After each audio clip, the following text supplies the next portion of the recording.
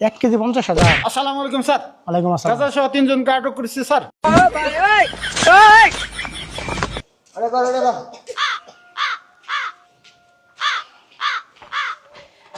চাচা হ্যাঁ শুকনা আছে? আছে তো ওই যে লোকের দিলাম।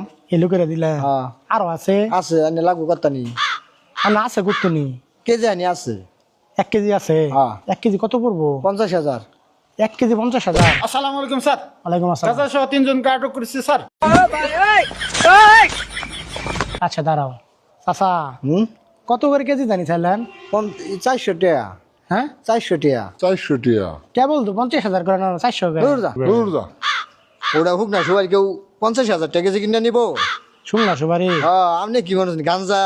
হ্যাঁ? আরে না গাঞ্জা না শুকনা সুবারি।